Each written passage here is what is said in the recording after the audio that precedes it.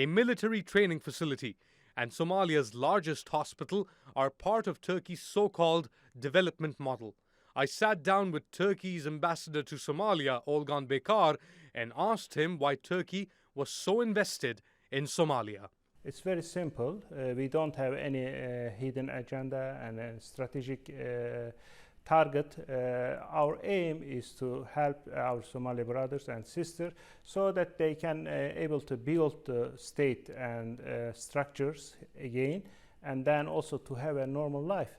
That's our vision. Do you think the tensions in the Gulf between the UAE and Qatar, Saudi Arabia, UAE and Qatar and Turkey backing Qatar, are they playing out in some way in Somalia? I think we all acknowledge that Somalia is a very weak position, and then our brothers, Somali brothers, need to have everybody, including UAE, including Turkey, including USA, UK, and other. All of them should carry out projects here, and then their engagement, of course, would be in a constructive way. Turkey has taken a dual approach. On the one hand, it is training Somali National Army recruits and officers.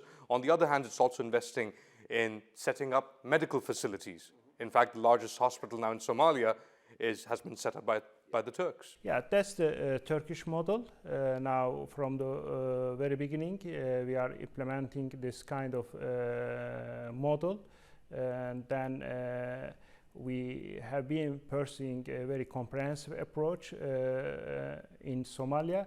I think the security sector is one of the pillars, like the humanitarian assistance, like the carrying out some development projects and some investment.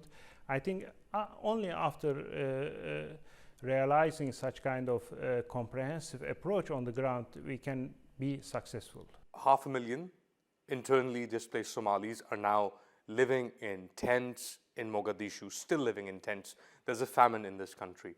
The mayor of Mogadishu asked us to ask you to do more. What more can Turkey do? I think I agree with our brother mayor, and we share his concern about IDPs living around Mogadishu. I think, of course, we should be indifferent to the conditions of IDPs.